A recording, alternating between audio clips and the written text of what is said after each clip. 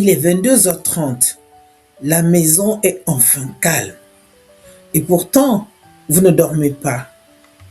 Vous fixez le plafond et vous repassez en boucle ce moment à 18h où vous avez crié plus fort que d'habitude. Vous revoyez le visage de votre ado se fermer ou ses yeux s'emplir de larmes. Et cette boule dans votre gorge ne s'en va pas. Vous vous dites, je suis une mauvaise mère. Je n'y arriverai jamais. Je suis en train de le briser. Stop. Cette voix, c'est le poison de la culpabilité. Elle ne vous aide pas à être une meilleure parente. Elle vous paralyse. Elle vide votre énergie et vous éloigne de l'enfant que vous aimez tant. Aujourd'hui, je vais vous montrer comment transformer cette culpabilité toxique en un levier de puissance. On va voir ensemble pourquoi vous culpabilisez autant. Et surtout, je vais vous donner 3 clés concrètes pour passer du mot de maman sacrifiée au mot de maman souveraine. Restez bien jusqu'à la fin car je vais partager avec vous les exercices du miroir de bienveillance qui a changé la vie de mes coachés. L'origine du mal. Pourquoi culpabilisons-nous? Bonjour à toutes, je suis la coach Jacqueline Désirée Happy, coach en parentalité et en développement personnel. Ici, on parle de parentalité réelle, sans filtre, pour vous aider à retrouver votre leadership et votre sérénité. Abonnez-vous pour ne rien rater de votre transformation. La culpabilité parentale n'est pas innée. C'est une construction sociale et émotionnelle. 1. Le mythe de la mère parfaite. Instagram, Pinterest, les films, on nous vend une image de maman zen, dont la maison est toujours propre et l'ado toujours poli. Dès que votre réalité s'écarte de ce tableau, c'est-à-dire 99% du temps, la culpabilité s'engouffre. 2. Le poids de l'héritage. Souvent, on culpabilise parce qu'on reproduit des schémas de nos propres parents qu'on avait juré d'éviter. Ou à l'inverse, on veut tellement faire mieux qu'on s'épuise dans un perfectionnisme impossible. 3. Le cerveau éponge. En tant que maman, nous sommes programmés pour scanner les besoins des autres avant les nôtres. Quand on prend du temps pour soi, notre cerveau nous envoie un signal d'alerte. Attention, tu ne protèges plus le clan. C'est une erreur de logiciel. Exemple concret, vous refusez d'acheter le dernier jeu vidéo à votre ado parce qu'il a eu de mauvaises notes. Il fait la tête, s'isole, vous vous sentez mal. Pourquoi? Parce que vous confondez causer une frustration saine et être une mauvaise mère. La culpabilité est une menteuse. L'impact sur l'ado.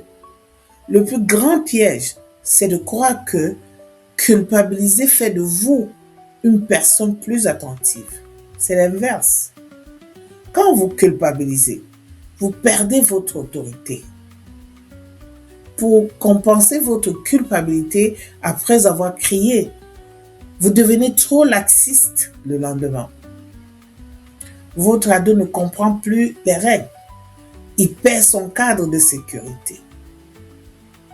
Vous devenez achetable.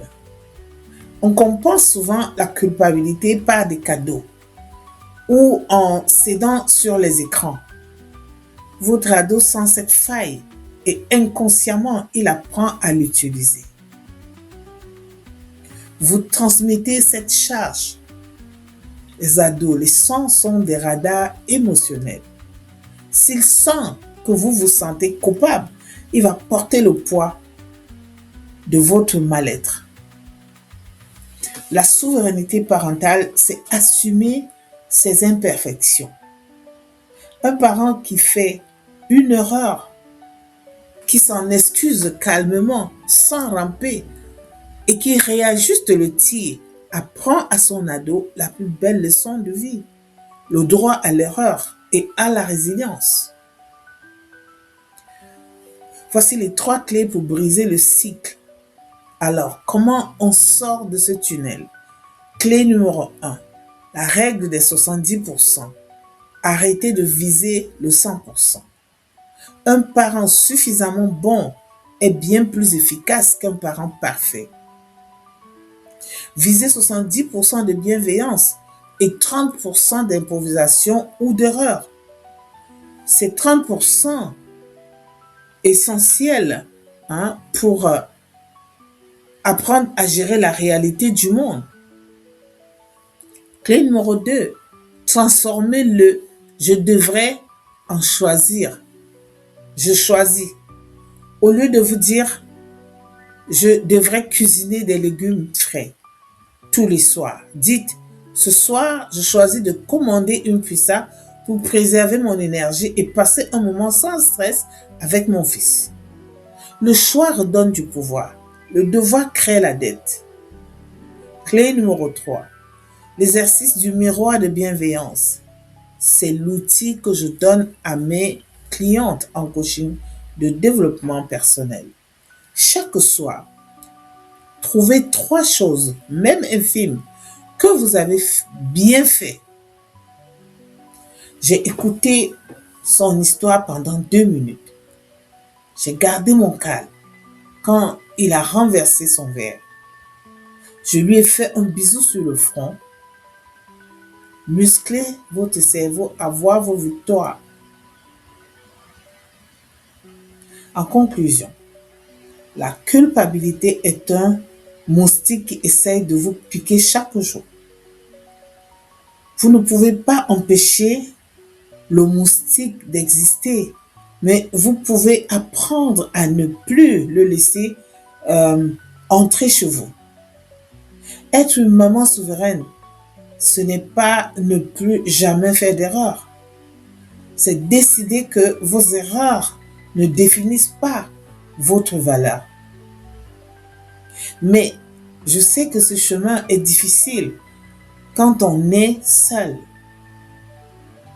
Si vous sentez que cette culpabilité vous étouffe, qu'elle vous empêche de profiter de votre adolescent et qu'elle détruit votre estime de vous-même, ne restez pas dans ce silence.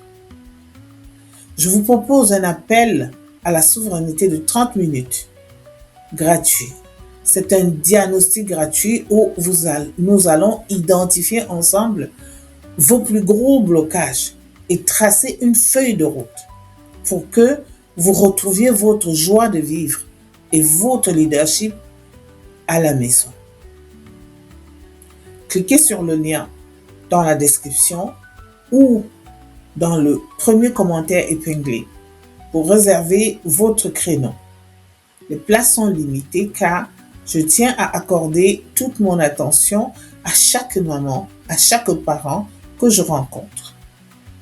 N'oubliez pas, une maman heureuse et imparfaite est 1000 fois plus précieuse pour un ado qu'une maman parfaite et épuisée. Abonnez-vous, laissez-moi un pouce bleu si cette vidéo vous a aidé et dites-moi en commentaire quelle est la chose pour laquelle vous vous sentez coupable aujourd'hui. Je lirai chacun de vos messages. On se retrouve dans la prochaine vidéo. Restez souveraine.